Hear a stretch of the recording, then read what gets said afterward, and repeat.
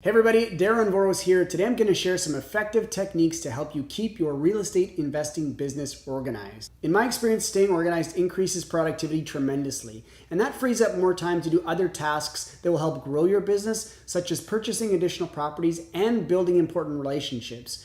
It also unlocks more free time to enjoy life outside of your business. We also can't forget that poor organization can lead directly to some dire consequences for your business. You could fall behind on bills, lose track of your accounting, accidentally make business decisions based on outdated information. The list goes on and on and on. And all of these things could result in damage to your reputation, lost business opportunities, penalties, and many other negative experiences that you really don't want to go through as a business owner. So if you want to get organized and stay organized to accelerate your real estate investing business growth, then you've come to the right place. Make sure you stay to the end of the video for the most indispensable tip that has helped me stay organized consistently over the years. If you're new to me and my channel, I cover three main subjects: real estate investing strategies, tips, and techniques, renovation and construction, and financial literacy. If you haven't done so already, you can subscribe to my channel, hit that notification bell, and please feel free to leave comments and questions below for me. And now, let's get into it. A book that really transformed the way I organize my real estate investing business is The E-Myth by Michael Gerber. It points out that franchises are self-sufficient, lead-generating, client-converting, customer-satisfying machines, and that any small business can reap the same rewards by designing systems to get work done and produce consistent results. If you want to build a scalable business, systems are vital. And this is because they clearly define how things are done in your business. So no matter who performs the task, it will always be performed well. Running your business like a franchise effectively frees business owners from their business. So ask yourself, if you stepped away from your business, could it keep operating? If not, you may need to make adjustments to your system. So I'll show you the systems that I recommend to keep your real estate investing business organized. Now, not all of these systems are perfect, but trust me, I continuously work towards perfecting these systems because the benefits they can bring to the business completely outweigh the effort that I put into them. First, I want to discuss the basic equipment I use in my business. The good news is almost every element of my business can be performed on my computer and my smartphone. And I'm going to go ahead and assume that you have both of those because, it's 2021. As much as I'd like to get rid of it, I still find I need a printer and a scanner to print and digitize important documents. That brings me to the first organization system you need to have for your real estate investing business: a filing system. Choose a logical and consistent way to organize your files. This allows you and others to easily locate and use them. Personally, I create a folder for each property and each potential purchase, as well as for each corporation that I own.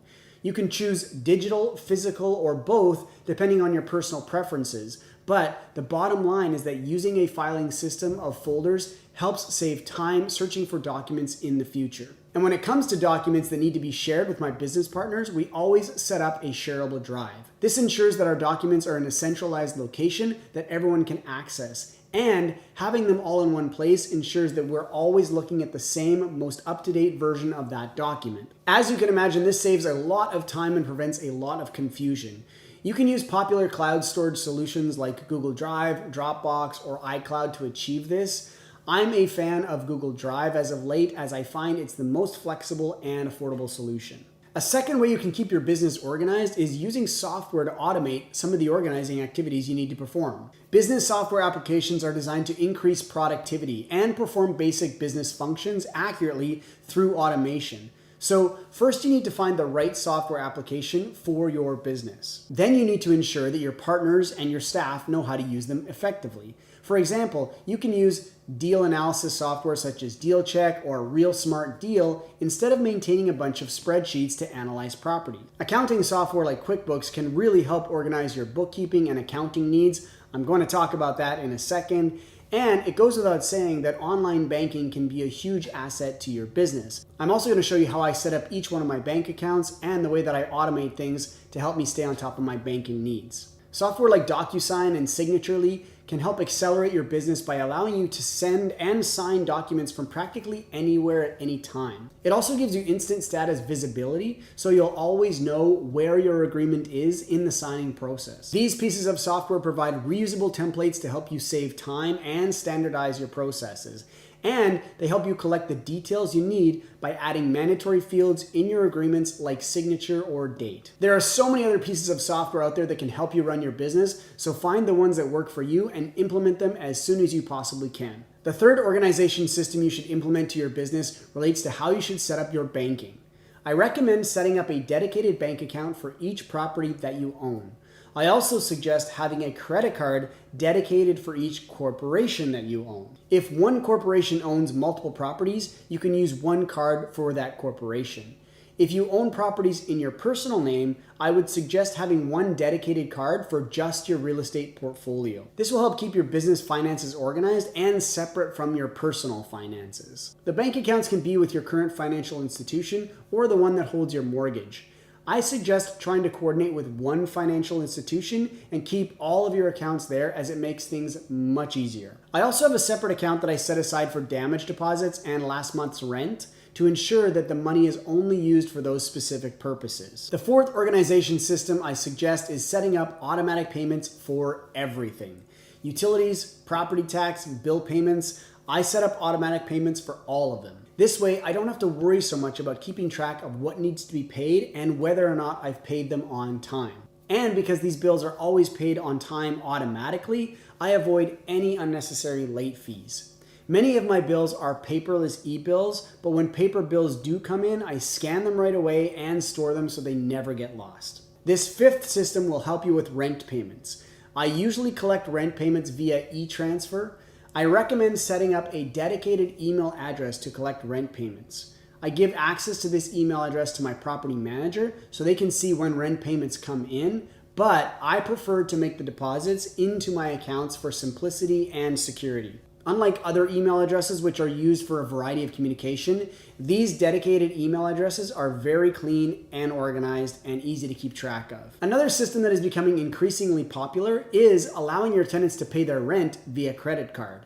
You can use a monthly subscription through various platforms, and some property management software now allows rent payments through credit card processing.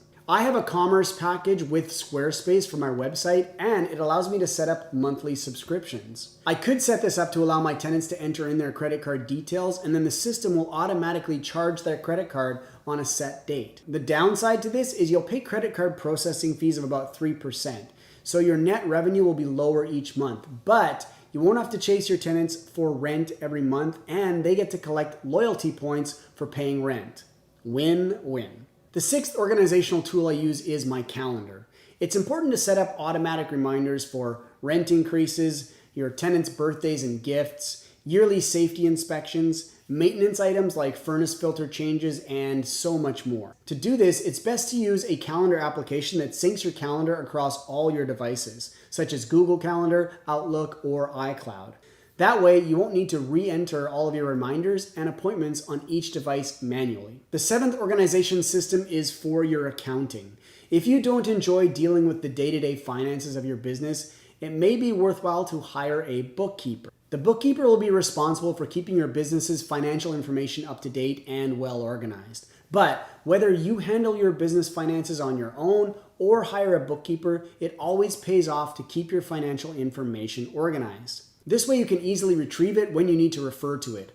I keep separate folders for documents such as mortgage statements, T5s, and property taxes.